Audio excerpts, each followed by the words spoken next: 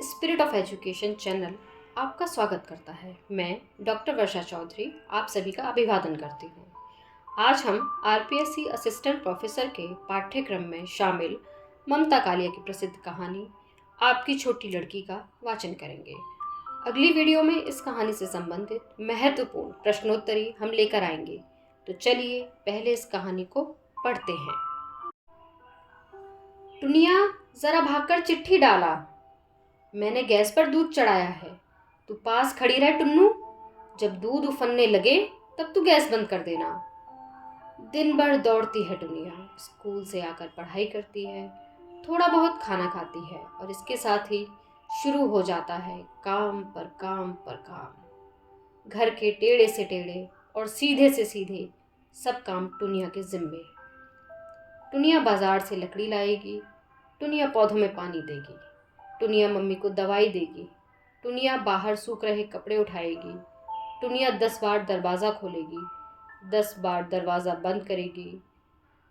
टुनिया है तो 13 की पर लगती है 11 की।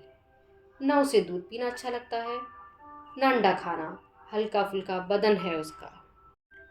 मम्मी की खातिर तो वह सारा दिन भागती है, कई ऐसे भी काम करती है जो उसे बिल्कुल पसंद नहीं, जैसे कि पाल साहब के यहाँ जाकर पापा को फ़ोन करना, नल बंद होने पर निचली मंजिल पर डॉक्टर जगतियानी के घर से पानी लाना, बाजार से कांदा बटाटा खरीदना और सामान मम्मी को पसंद ना आने पर उसे वापस करने दुकान पर जाना। एक बार खरीद कर वापस करना क्या इतना आसान होता है? पसीना आ जाता है, बुद्धू बनना पड़ता है। दीदी के साथ तो ऐसा नहीं करती मम्मी, दीदी उनका एक भी काम नहीं करती, फिर भी उसके सामने मम्मी कभी शिकायत नहीं करती। दीदी सुबह 8 बजे सोकर उठती है, उठते ही हुक्म चलाने लगती है, टुनिया मेरे नहाने का पानी गर्म करो, मम्मी आलू का पराठा बना दो। दीदी नहाने चली जाती है और घर भर उसके कॉलेज जाने के काम में इस कदर व्यस्त हो जाता है जैसे दीदी बड़े काम पर जा रही हो। दीदी एक महारानी नज़र सब पर डाल शान से चल देती है। बहुत नाज है टुनिया को अपनी बहन पर। दीदी टुनिया से चाहे जो काम कर ले टुनिया कर देगी। कई बार दीदी टुनिया के हाथ में अपनी पढ़ाई की किताब थमाकर लेट जाती है। पढ़ाई करने का दीदी का यह प्रिय तरीका है। टुनिया किताब में से सब पढ़कर सुनाती है। बहुत होशियार है दीदी, एक बार का सुना ज्यों का त्यों याद हो जाता है उसे। कॉलेज के उत्सव में दीदी की जय जयकार होता रहता है। मुख्य अतिथि एक के बाद एक 10 पुरस्कार दीदी को देते हैं। अधिकतम अंक पाने पर अंग्रेजी, हिंदी और फिलॉसफी प्रमाण पत्र तो मिलता ही है, साथ ही गायन, नृत्य और अभिनय का भी एक पुरस्कार व्यक्तित्व के लिए, एक वक्तृत्व पुरस्कार टुनिया को भी मिलते हैं अपने स्कूल में। पर वह तो इस कदर हड़बड़ा जाती है कि मंच तक पहुंचना मुश्किल हो जाता है। पुरस्कार लेते हाथ थर थर कांपते हैं, वही रोज़ के चेहरे होते हैं, फिर भी टुनिया कितना घबरा जाती है। दीदी बिल्कुल नहीं घबराती, एकदम बाहरी आदमी है मुख्य अतिथि, पर दीदी कुछ इस अंदाज में उसके हाथों से पुरस्कार लेती है मानो ले नहीं दे रही है। जलसे के बाद टुनिया दीदी के साथ घर लौट रही थी। टुनिया को लग रहा था ये उसी ने जीते हैं, आखिर वही तो दीदी को संवाद याद कराती है नाटकों के, वही दीदी को फिलॉसफी, हिंदी और अंग्रेजी के पाठ सुनाती है। बार बार रास्ते में कभी कोई दीदी को मुबारकबाद दे रहा था। तभी 4 लड़कों के झुंड ने आकर दीदी को बधाई दी। फिर उनमें से एक नाटे से लड़के ने कहा, पपीहा जी, हम लोगों में एक शर्त लगी है। राज कक्कड़ का कहना है कि यह लड़की जो आपके साथ है आपकी बहन है। मेरा कहना है ऐसा नहीं हो सकता। मैं आपकी शान के खिलाफ इसे बोलने थोड़े ही दूंगा। आप असलियत बता दीजिए, हम लोगों में जलेबी की शर्त लगी है। दीदी ने बड़ी ही लापरवाही से कहा, मेरी बहन है यह, तू ना सहाय। लड़कों के मुंह अवाक रह गए। उन्होंने टकटकी लगाकर दुनिया को जांचा, जैसे चिड़ियाघर में बच्चे बंदर देख रहे हों। राज कक्कड़ ने विजेता अंदाज में बाहें चढ़ा ली, देखा न, मेरी खबर गलत नहीं हो सकती है ना धमाका। नाट्य लड़के ने हताश स्वर में कहा, ये आपकी सगी बहन है? हाँ बाबा हाँ, दीदी ने हंसते हंसते कहा। टुनिया को पहली बार रोना रोना सा आया। कितने बेहुदा लड़के हैं, कैसे भद्दे मजाक करते हैं। क्या यह शर्त लगाने की बात है?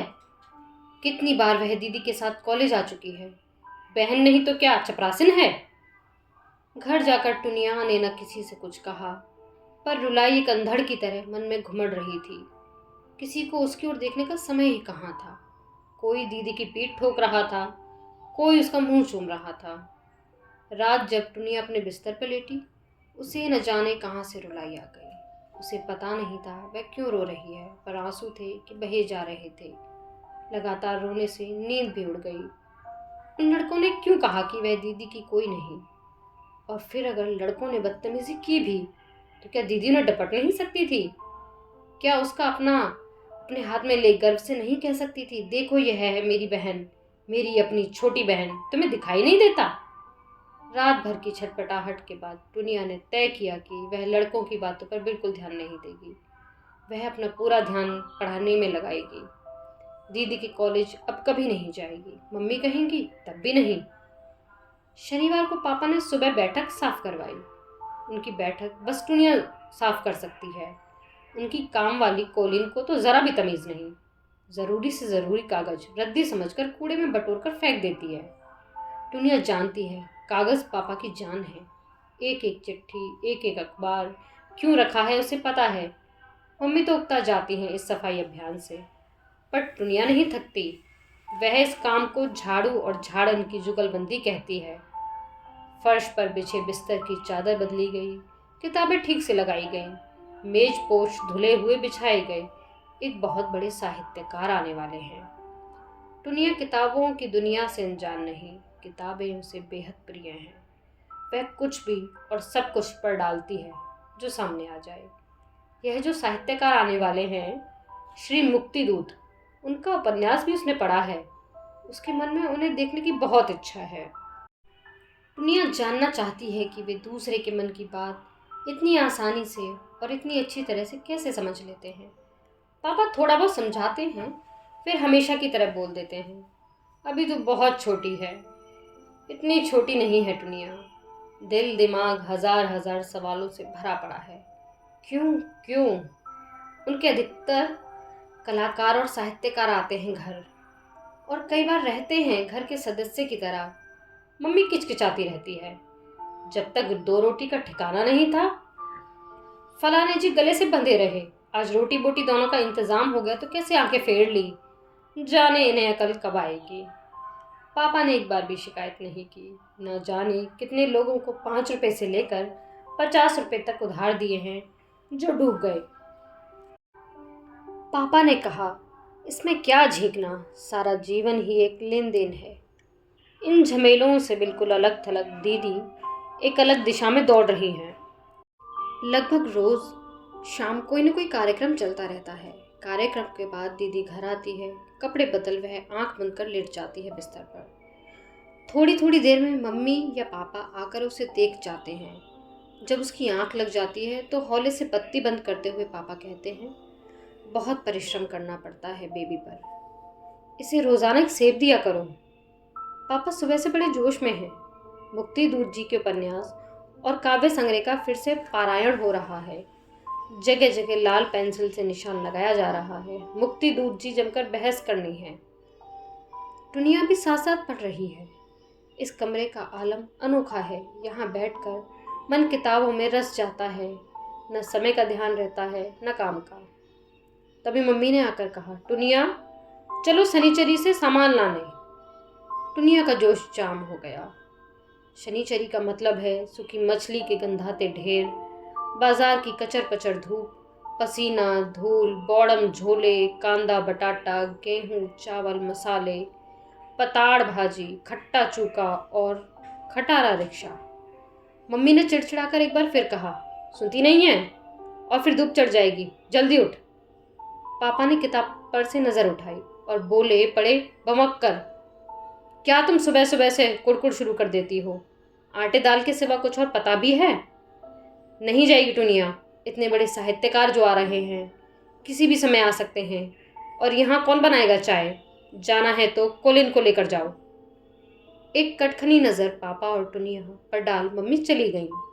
टुनिया को मजा आ गया। कैसी बाल बाल बची वह शनिचरी से, और कोलिन क्या खूब फंसी। अब जब पापा कहेंगे वह बढ़िया सी चाय बनाएगी कि मुक्ति दूध जी भी हैरान रह जाएंगे। दाल पहले से पिसी रखी है, पकोड़े तल देगी। मुक्ति दूध जी तो पापा के हम उम्र हैं। दूसरे बात करने का तरीका भी अलग है। चकित है दुनिया। पापा ने बताया था कि मुक्ति दूध जी न नौकरी करते हैं न व्यवसाय, पर कितने अलमस्त, किसी बात की फिक्र ही नहीं। शहंशाह सा अंदाज, गूंज भरी आवाज़। खाया उन्होंने कुछ नहीं, लेकिन चाय खूब तारीफ करके पी। पूछा, किसने बनाई? आपकी पत्नी ने? नहीं, दुनिया ने। यह मेरी छोटी लड़की तूर्णा, पढ़ने में बहुत तेज और चाय बनाने में भी। मुक्ति दूध जी हंस पड़े। यह लड़की बहुत तरक्की करेगी। मैं तो कहता हूँ जो अच्छी चाय बना सकता है वह मुश्किल से मुश्किल काम कर सकता है। तभी दीदी तैयार होकर कमरे में आई। सफ़ेद साड़ी ब्लाउज में कितनी ताज़ा लग रही थी वह, एक फूल की तरह। मुक्ति दूध जी को नमस्कार कर दीदी ने पापा से कहा, पापा हम ठीक 11 बजे पहुंचना है। आज से हमारा नाटक शुरू हो रहा है। ठीक है, चली जाना, पापा ने कहा। मुक्ति दूध जी जानना चाहते थे कि क्या माधव मिश्र अभी भी इस कॉलोनी में रहते हैं। रहते हैं, पापा ने बताया। टुनिया बता देगी, जानती है। टुनिया बेटी, ज़रा मुक्ति दूध जी को माधव मिश्रा जी के घर पहुंचा दो। वही, लेकिन लौट कर हम एक चाय और पियेंगे। ज़रूर ज़रूर। पापा की मुस्कान खिल गई। पापा को और क्या चाहिए, उनका मन तो बस स्वागत सत्कार के लिए बना है। टुनिया ने ज़रा भी देर नहीं लगाई, फ़ौरन चल दी मुक्ति दूध जी के साथ। बाप रे, कितने लंबे हैं, ताड़ की तरह। बात करते समय अगर इनकी तरफ देखना हो तो गर्दन में बाएं पड़ जाए। मुक्ति दूध जी ने देखा, टुनिया उनके साथ लगभग भागते हुए चल रही है। उन्होंने रफ्तार धीमी कर दी। पूछा, यह तुम्हारी बहन थी ना? आपको कैसे पता? वाह, तुमसे इतनी मिलती जो है। टुनिया ने शायद गलत सुना है। ये मुक्ति दूध जी ने गलत कहा है। सब तो कहते हैं मुझसे ज़रा भी नहीं मिलती। बहुत मिलती है, तुम्हें पता है तूर्णा। इंसान लाख कोशिश करे वह बात पैदा नहीं कर सकता जो भगवान कर सकता है। जैसे किताबें छपती हैं सब एक सी, इसी तरह भगवान हर खानदान के नाक नक्श की नकल रखता। तभी न जानकार लोग कहते हैं, अरे बबुआ तेरी नाक तो तेरी दादी पर गई है। ईश्वर एक बढ़िया मुद्रक है। अपनी ही बात पर मुक्ति दूध जी हा कर हंस दिए। दुनिया के मुंह से फौरन निकला, आप भगवान को मानते हैं? क्यों? ऐसा तुम्हें क्यों लगा कि भगवान को मानने वाले कम होते जा रहे हैं? पता नहीं, एक बार पापा ने कहा था, लोग ज्यों ज्यों पढ़े लिखे बन रहे हैं उनकी भगवान पर से आस्था हिल रही है। यह तो पापा ने कहा था। तुम क्या कहती हो? मुझे भी ऐसा ही लगता है। नहीं, पापा को ऐसा लगता है, इसलिए तुम्हें ऐसा लगता है। दुनिया रानी, अलग से सोचो, क्या हमारे देश से कभी ईश्वर में विश्वास खत्म हो सकता है? अभी मैं चौराहे के बीचों बीच एक बोड़म सा पत्थर रख दूं, सिंदूर में रखकर, और खुद उस पर जाकर 2 फूल चढ़ाया हूँ। फिर देखना तुम अपने लोगों की कितनी आस्था है। 10 में से 9 लोग यहाँ रुकेंगे, माथा टेकेंगे, फल फूल चढ़ाएंगे। इसे कहते हैं आस्था या अंधविश्वास? दुनिया बोल उठी, नहीं, विश्वास। वैसे विश्वास और अंधविश्वास में बड़ा महीन सा फर्क होता है। तुम अभी बहुत छोटी हो, वरना तुम्हें समझाता।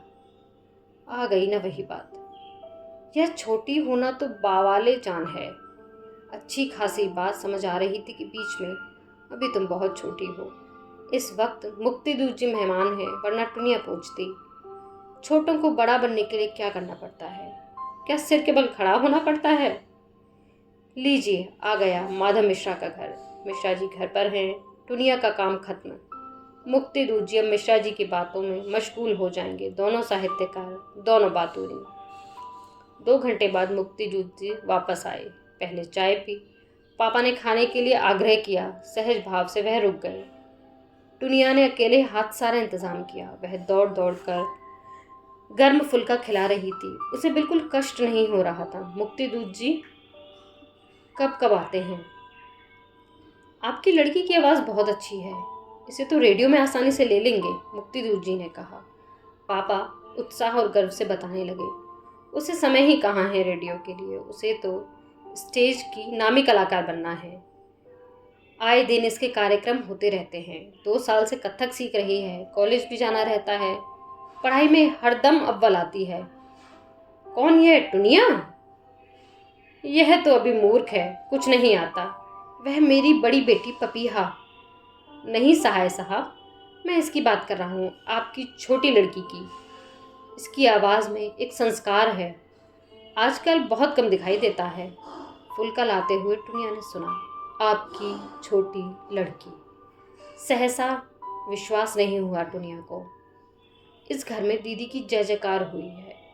दीदी के गाने पर तालियां बजी हैं, दीदी के नृत्य पर बधाई मिली है, दीदी के प्रमाण पत्र मढ़ाए गए हैं। दीदी महान है। टुनिया से कोई पूछे दीदी क्या है। पानी लाते लाते टुनिया के कानों में मुक्ति दूत जी की आवाज़ पड़ी है, साहे साहब, आवाज़ से आप किसी की पूरी शख्सियत जान सकते हैं।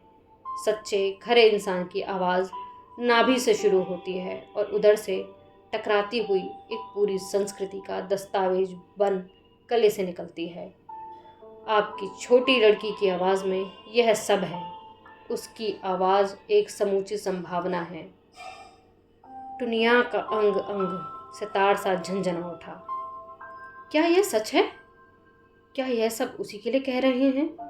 इतने बड़े साहित्यकार झूठ क्यों बोलेंगे? शायद झूठ ही होगा। यूं ही उसे खुश कर रहे होंगे या पापा की खुशामद कर रहे हैं। खुशामद ही तो नहीं लगते। वह उनके सामने बोली ही कहाँ। वे ही बोलते रहे।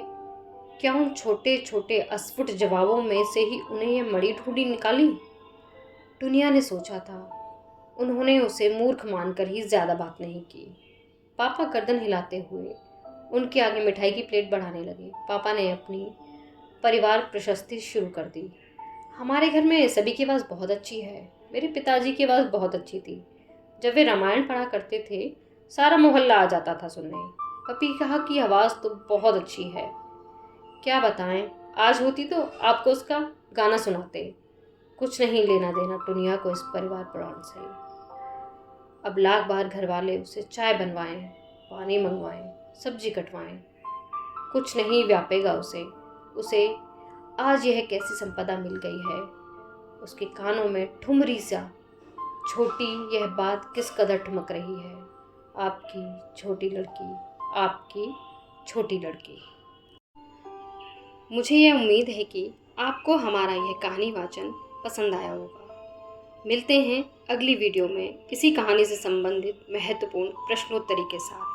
तब तक के लिए धन्यवाद और जुड़े रहिए हमारे चैनल से।